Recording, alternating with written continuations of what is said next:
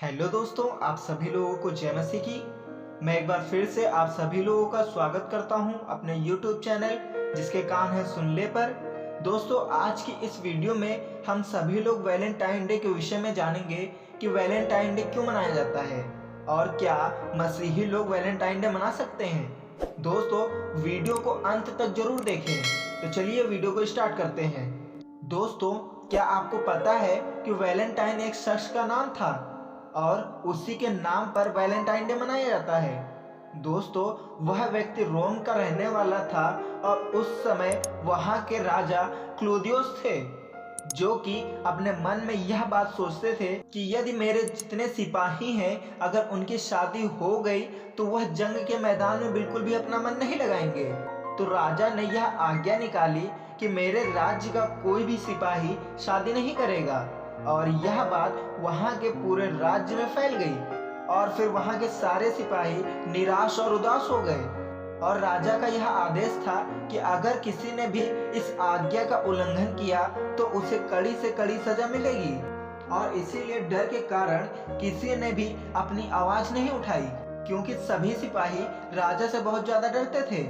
लेकिन जब यह बात उन्हीं के राज्य में रहने वाले वैलेंटाइन को पता चली कि राजा ने नई आज्ञा निकाली है कि कोई सिपाही शादी नहीं करेगा, तो वैलेंटाइन ने अपनी जान की परवाह न करते हुए सिपाहियों की उनकी इच्छा अनुसार शादी करानी शुरू कर दी, बिना किसी डर के। और जिस भी सिपाही को शादी करनी होती थी तो वो वैलेंटाइन के पास आ जाता था और वो उनकी शादी करा देते थे। लेकिन एक दिन यह बात राजा को पता चल गई कि वैलेंटाइन उनकी आज्ञा के विरुद्ध जा रहा है। राजा के मना करने के बाद भी वो सिपाहियों की शादी करवा रहा है। तभी राजा बहुत ही ज्यादा क्रोधित हो गया और उसने वैलेंटाइन को बुलाया और उसे मृत्यु दंड दे दिया, और राजा ने उसे मरवा भी दिया। लेकिन वैलेंटाइन के मरने के बाद वहां पर सभी लोगों ने राजा के विरुद्ध आवाज उठाना शुरू कर दिया, और उसी के नाम पर आज भी लोग वैलेंटाइन डे मनाते हैं, जो कि एक प्रेम का प्रतीक है। दोस्तों, ये बात तो हो गई कि वैलेंटाइन डे क्यों मनाया जाता है। अभी ये जानेंगे कि क्या मसीही लोगों को वैलेंटाइन डे मनाना चाहिए। तो दोस्तों, अब आप इस वीडियो को गौर से सुनिए। तो दोस्तों, जब हम वैलेंटाइन के बारे में पढ़ते हैं तो हमें मिलता है कि वो रोम के रहने वाले थे और वो परमेश्वर पर विश्वास करते थे, क्योंकि अगर वो किसी के लिए भी दुआ करते थे तो वो चंगा हो जाता था, यानी कि परमेश्वर का आत्मा उनके अंदर काम करता था। और रही बात शादी कराने की, तो मैं आपको बता दूं कि जब परमेश्वर ने आदम की सृष्टि की, यानी कि आदम को बनाया, तो उसने देखा कि आदम अकेला है, और तभी परमेश्वर ने आदम की पसली निकाली और उसमें से हव्वा को बनाया। तो दोस्तों, परमेश्वर ने सिर्फ पुरुष को नहीं बनाया, उसने तो पुरुष और स्त्री दोनों को बनाया था, और कहा भी था कि अब से तुम एक तन होगे और तुम कभी भी अलग न होना।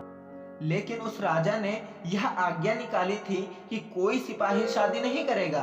तभी परमेश्वर ने वैलेंटाइन को चुना था वो परमेश्वर के बनाए गए नियम को न तोड़े, क्योंकि परमेश्वर ने शादी को पवित्र शब्द दिया है और कहा है कि शादी एक पवित्र बंधन है।